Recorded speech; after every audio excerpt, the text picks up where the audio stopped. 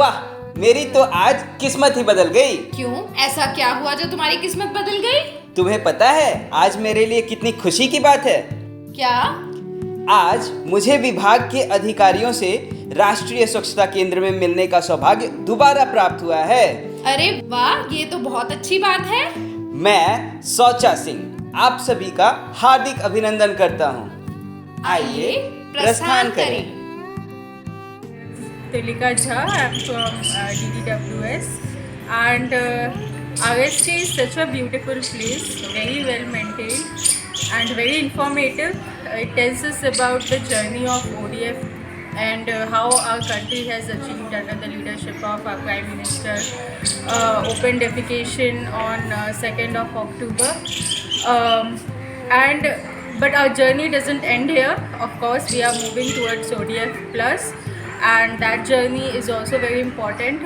We'll be focusing on solid liquid waste management, we'll be focusing on visible cleanliness and ODF sustainability.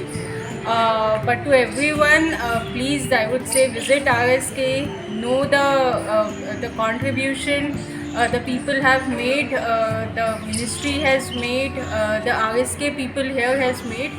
So yes, it's a wonderful place to visit, and I really had the time, wonderful time here. Thank you. I was here from the phase 1 of Swachh Bharat mission, and I believe that even that time women were at the forefront of the sanitation mission. And in phase 2, I'm surprised at the role that women are still taking. They are involved in solid and liquid waste management and a lot of other activities, and they are the real champions in this whole Swachh Bharat mission. Thank you. Hello everyone, my name is Shivani.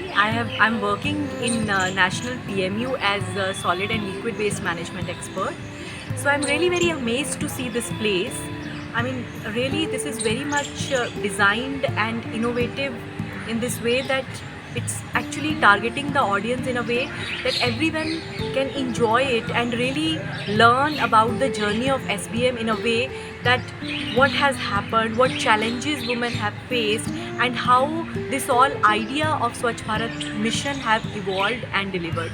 So the whole design of this project is done in a way that even for children also, this is because I feel that children are the real change makers, and when they will learn about this journey, so they will talk to their fellow friends and all.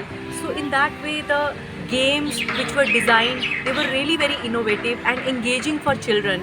So thank you very much for giving this opportunity, and I wish all the best for the team. They are really doing great work, and I hope in the second phase of SBM also this journey will become more successful.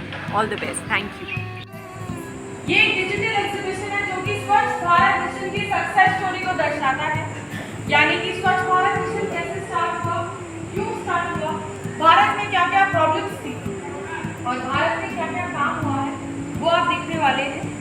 ये 360 degree revolving figure है। कहने का ये है कि जहाँ आप बैठे हैं ये सारा एरिया 360 डिग्री लेवल पर मूव करेगा। ये पूरा स्क्रीन है जिससे आप मूवी देखेंगे। पीछे 3 फिजिकल स्ट्रक्चर्स हैं जो आप टाइम टू टाइम देखेंगे। तो आई जस्ट होप आप सब एंजॉय करेंगे शो को, डिसिप्लिन रहेंगे, गंदगी नहीं फैलाएंगे, राइट? और जो गंदगी फैलाएगा वो खुद उठाएगा। ऑलराइट, चलिए हिंदी में सुना। मेरा नाम पंकज कुमार है। मैं भी मिनिस्ट्री में solid liquid waste management specialist हूँ। तो यहाँ पे अक्टूबर 2020 से काम कर रहा हूँ। तो जैसे मैं काम करते हुए मेरा एक्सपीरियंस ये हुआ है कि मैं भी क्या है रूरल बैकग्राउंड से बिलोंग करता हूँ। मेरा गाँव भी उत्तर प्रदेश में पड़ता है। तो वहाँ पे मैंने सारी जो प्रॉब्लम्स अभी मैंने जो देखी है एक्चुअली में इसके मैंने फेस किए हैं वहाँ पे, मतलब लोगों के द्वारा सुना है और देखा भी है। तो इस तरीके से जो स्वच्छ भारत मिशन का फेज़ 1 था वो 2019 में कंप्लीट हो गया, जिसमें हम लोगों ने पूरे अपने भारत देश को ODF घोषित कर दिया। उसके बाद फेज़ 2 में क्या है, मेन चीज़ अभी काफ़ी लोगों को ये चीज़ें पता नहीं है अपने देश में। तो फेज़ 2 में ये है कि जो भी हम लोगों ने टॉयलेट फर्स्ट फेज़ में बनाए हैं उनका प्रॉपर यूज़ करते रहें। दूसरा इसमें जो गाँव में भी जो सॉलिड लिक्विड वेस्ट मैनेजमेंट है, गीला और जो सूखा कचरा निकलता है उसके प्रबंधन के लिए भी व्यवस्था की गई है, जिसको ODF प्लस हम लोग फेज़ 2 को कहते हैं। तो जो सॉलिड लिक्विड वेस्ट मैनेजमेंट है इसके अंदर भी जो अपना गाइडलाइन उसके अंदर 4 कंपोनेंट बनाए गए हैं। पहला ग्रे वाटर मैनेजमेंट, सेकेंड है फीकल स्लज मैनेजमेंट, और एक प्लास्टिक वेस्ट मैनेजमेंट, और एक है बायोडिग्रेडेबल जो गलने वाला कचरा है उसका मैनेजमेंट। जिसके अंदर गोवर्धन भी एक मुख्य कंपोनेंट आता है। तो मोस्टली अभी जो सारा फंडिंग, अभी काफ़ी लोगों में ये पता है गांव में कि जो टॉयलेट पहले बनते थे उसके लिए पैसा सरकार नहीं देती है, जबकि अभी भी जो टॉयलेट का प्रोविज़न है वो फेज़ 2 में भी कंटिन्यूस है, जो पहले था वो अभी भी है। तो एक तो ये हम लोगों को जागरूकता फैलाने की ज़रूरत है, लोगों तक पहुंचाएं सारी जानकारी सही से कि स्कीम में क्या चीज़ें हैं, क्या चीज़ें नहीं हैं, जिससे आने वाले समय में अभी अपने भारत सरकार भी प्लास्टिक वेस्ट मैनेजमेंट पे काफ़ी जोर दे रही है। पहले क्या था, जो प्लास्टिक था खाली शहरों में कचरा ज़्यादा होता था, और हम लोग भी अपने गांव में जाके देखते हैं, कभी कभी फील्ड ट्रिप पर जब यहाँ से जाते हैं तो प्लास्टिक का काफ़ी सारा अमाउंट अपने गाँव में भी इकट्ठा हो जाता है। तो अभी जनरली प्रैक्टिस क्या है, गाँव में प्लास्टिक को इकट्ठा करके उसको जला दिया जाता है। इससे क्या है, अभी गाँव लोगों में अवेयरनेस नहीं है गाँव के लोगों में, क्योंकि प्लास्टिक जलाने से उसमें क्या है, डाइऑक्सिन और फ्यूरॉन दो केमिकल कंपाउंड हैं जो धुएं के साथ रिलीज होते हैं, वो कैंसर कॉजिंग एजेंट होते हैं। उनकी मतलब अगर ज़्यादा कंसनट्रेशन रहेगी एयर में और उसको हम अपना सांस के द्वारा अंदर लेते हैं तो काफ़ी समय के बाद कैंसर बनने की प्रोबेबिलिटी एक बढ़ सकती है, क्योंकि इसमें कैंसर कॉजिंग एजेंट होते हैं। और इसी तरीके से अपना जो ग्रे वाटर है, जो अपना जो पानी यूज़ करते हैं हम लोग घरों में, जैसे अपना किचन से निकल रहा है, बाथरूम से निकल रहा है, तो अभी तक गांव में ग्रे वाटर का कोई मैकेनिज्म इस्टेब्लिश नहीं था। तो उसके लिए भी अपना जो ODF प्लस फेज़ 2 है गाइडलाइन में, उसमें प्रोविज़न दिया गया है कि उस पानी को भी अच्छे से मैनेज करना है। तो उसके लिए एक सोखता गड्ढा बनाने का प्रोविज़न है। बाकी और भी कई सारी टेक्नोलॉजीज़ के थ्रू हम लोग कर सकते हैं।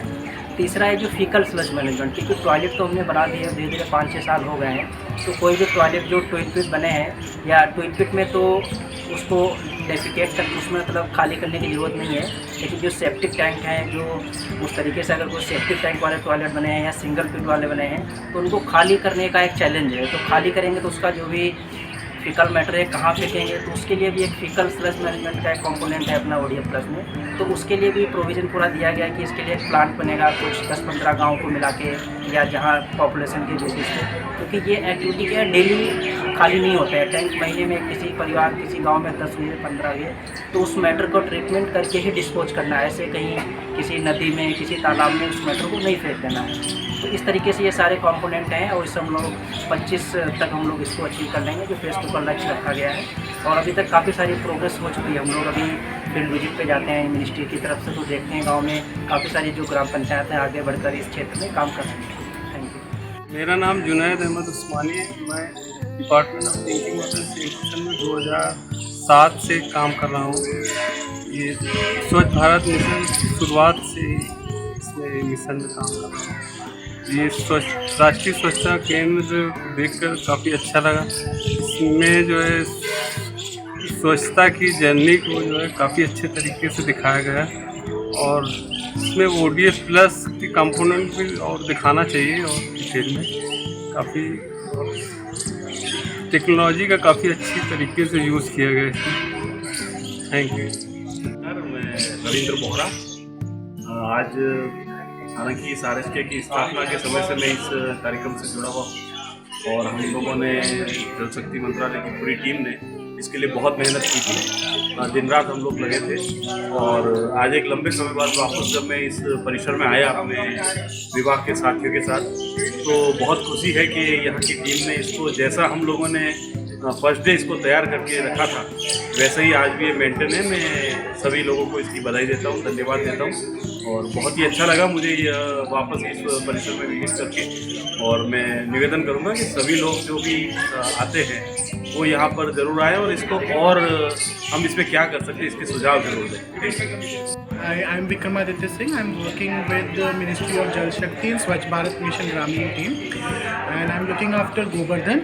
So here you can see there is a simple mural for the biogas, how the biogas plants works in India. So जैसे प्रधानमंत्री हमारे श्री नरेंद्र मोदी जी ने बोला था कि गोबर से धन की हमें आगे बढ़ना चाहिए। तो गोबर जो हमारे आजकल गाँवों में आजकल बहुत अधिक क्वांटिटी में निकलता है, एग्रीकल्चरल वेस्ट है, किचन वेस्ट है, उसको हम लोग इस बायोगैस प्लांट के ज़रिए गोबर गैस में बदल सकते हैं, और उस गैस से किसान और हमारे जो फार्मर्स हैं वो ईंधन के रूप में उसको इस्तेमाल कर सकते हैं, कुकिंग गैस के रूप में इस्तेमाल कर सकते हैं। उससे काफ़ी ज़्यादा धन की तरफ हम आगे बढ़ेंगे, इसीलिए इस योजना का नाम रखा गया है गोवर्धन। और स्वच्छ भारत मिशन के फ्लैगशिप प्रोग्राम में गोवर्धन योजना भी एक बहुत महत्वपूर्ण हिस्सा है। जिसको हम लोग को आगे बढ़ाना चाहिए। जब से स्वच्छ भारत मिशन ग्रामीण ज्वाइन किया है तब से इस केंद्र के बारे में हमने सुना था, लेकिन आज एक्सपीरियंस करके काफ़ी मोटिवेशन मिला है, काफ़ी अच्छा लगा है। क्यों ये इतना जाना जाता है ये समझ में आया and it's really motivating. And ODF की जर्नी हमने देखी, अभी ODF प्लस का जर्नी जो शुरू हो चुका है, उसका डॉक्यूमेंटेशन भी देखना ज़रूर चाहेंगे और उसके लिए काम करने के लिए और ज़्यादा मोटिवेशन भी हम लोग को मिला है। मेरा नाम प्रवीण है, मैं भोपाल का रहने वाला हूँ। अगर आप ये देखेंगे ये हमारा RS की और यहाँ पे जो जर्नी की गई है, वी फील प्राउड कि स्वच्छ भारत मिशन में हम सब ने मिलकर क्या अचीव किया है। और मैं यही सोचता हूँ स्वच्छता एक निरंतर जर्नी है, ये यहीं पे ख़त्म नहीं होगी, हमको आगे भी इसको आगे बढ़ाते जाना है। जैसे कि अब स्वच्छ भारत मिशन, अब सुनने में आ रहा स्वच्छ भारत मिशन फेज़ 2 आ गया है, जो कि और इसको आगे लेके जाएगा, जहाँ पे हमारे स्वच्छता को अगले चरण पे लेके जाया जाएगा, जहाँ पे सॉलिड एंड लिक्विड वेस्ट की भी बात की जाएगी। बहुत ही अच्छा है और आप इस सेंटर को एक बार विज़िट करिए, आपको पता चलेगा कि हमने पिछले 5 साल में क्या अचीव किया है और हम क्या अचीव कर सकते हैं अगर हम एक साथ काम करें। मेरा नाम आशा है और मैं कलकत्ता से हूँ। तो मैं दिल्ली घूमने आई थी और इस जगह पे आई थी। ये जगह इतना साफ़ है, इसके बाथरूम्स वगैरह एंड फुल AC है, बहुत अच्छी जगह है। थिएटर शो तो इसका देखना ही चाहिए, बहुत अच्छी जगह है और बहुत मज़ा आता है यहाँ।